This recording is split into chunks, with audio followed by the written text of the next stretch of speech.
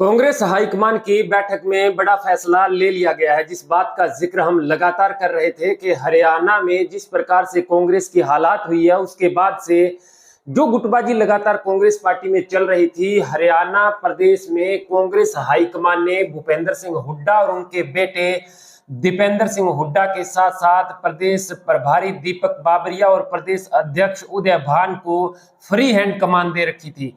और इन्होंने भी वादा किया था कि किसी प्रकार का कोई इंटरफेयर हमें नहीं चाहिए और हम आपको पूर्ण बहुमत की सरकार बना करके देंगे।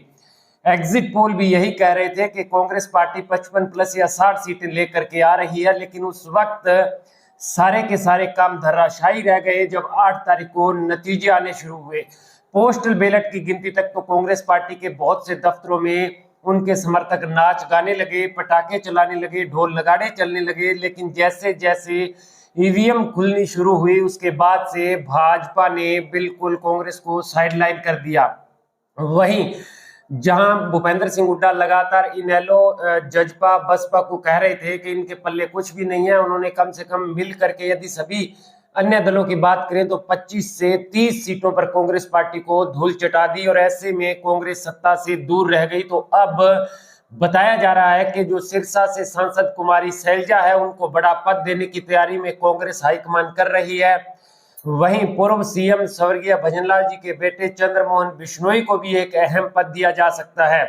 इसी के साथ साथ जिस प्रकार से बगावत की चिंगारी कांग्रेस का गढ़ जो कहा जाता है, भूपेंद्र सिंह हुड्डा का गढ़ रोहतक, पानीपत, सोनीपत, झज्जर, जींद के आसपास से अब उठनी शुरू हो चुकी है कि जब तक कांग्रेस पार्टी में बाबू बेटा है तब तक कांग्रेस पार्टी को वोट देने का कोई फायदा नहीं है। क्योंकि 2014 में जाते जाते भूपेंद्र सिंह हुड्डा ने जिस प्रकार से जाटों को आधा अधूरा आरक्षण दिया था, उसके बाद से लगातार जाट हाशिए पर जा रहे हैं।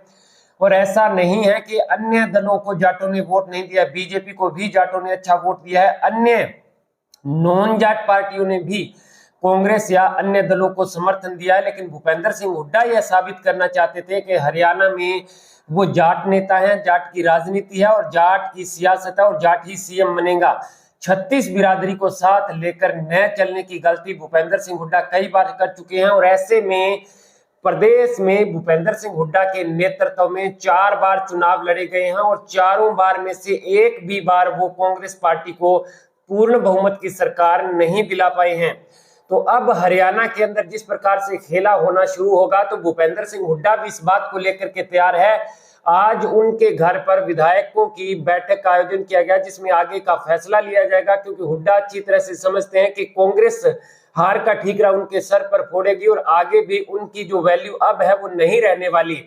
ऐसे में अलग होकर के कांग्रेस पार्टी से अपना अलग दल बना करके क्या आगे के कदम को नापा जाएगा, आगे मंजिल को तय किया जाएगा, आज वो सारा फैसला हो जाएगा। लेकिन एक बात तो तय है कि अब जिस प्रकार के हालात है उस हिसाब से हरियाणा कांग्रेस में भूपेंद्र सिंह हुड्डा अब आगे सीएम नहीं बल्कि पूर्व सीएम ही रहेंगे।